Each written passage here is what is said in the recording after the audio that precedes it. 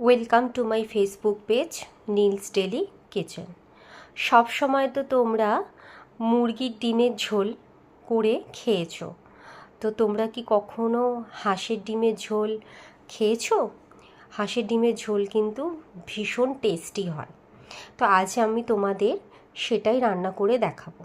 প্রথমে আমি হাঁসের ডিমগুলোকে ভালো করে সিদ্ধ করে নুন হলুদ মাখিয়ে কি করেছি, তেলে ভেজে নিয়েছি।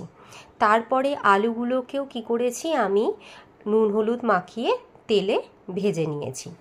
এবার যে তেলটাতে আমি ডিম এবং আলুগুলো ভেজেছিলাম সেই তেলেতেই আমি কি করব, ফোড়ন দেব।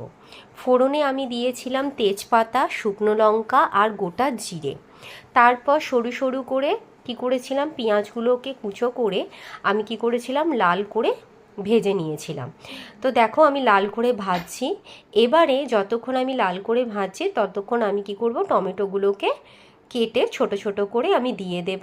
নিয়ে একটুখানি নুন দেব যাতে টমেটোগুলো কি হয়, ভালোভাবে জল ছেড়ে দেয়।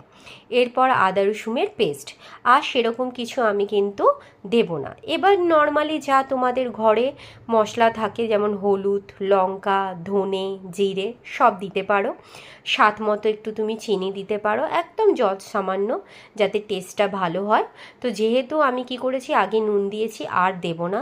খুব ভালো করে মশলাটা আমি কষাবো। যখন দেখবে তেলটা উপর দিকে ভেসে এসেছে তখন আমি কি করব, ভাজা আলুগুলো ওই মশলার সাথে দিয়ে ভালো করে নাড়াচাড়া করে কষতে লাগবো।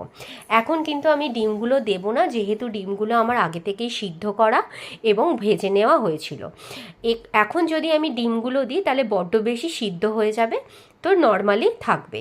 তো এরপরে আমি কি করব, দেখো ভালো করে আলুর সাথে মশলাটাকে কষিয়ে নিয়েছি। এবং আলুটাকে সিদ্ধ করার জন্য আমি জল দিয়ে ঢাকনা দিয়ে দেব। ভালো করে ঢাকনা মাঝে মধ্যে কী করব, খুলে দেখব আলুটা সিদ্ধ হয়েছে কিনা। দেখো নর্মালি আলুগুলো সিদ্ধ হয়ে গেছে। এবার আমি ডিমগুলো দিয়ে দেব এবং ধনেপাতা কুচিও দিয়ে দেব। আর কি করব, একটু ভালো করে নাড়াচাড়া করে নেব। নিয়ে কি করব, নামানোর আগে আমি গরম মশলা দিয়ে দেব। ভীষণ টেস্টি খেতে হয় এটা। তোমরা ভাত রুটির সাথেও খেতে পারো। অবশ্যই কিন্তু তোমরা কিন্তু এটা একবার ট্রাই করে দেখবে। ওকে, টাটা।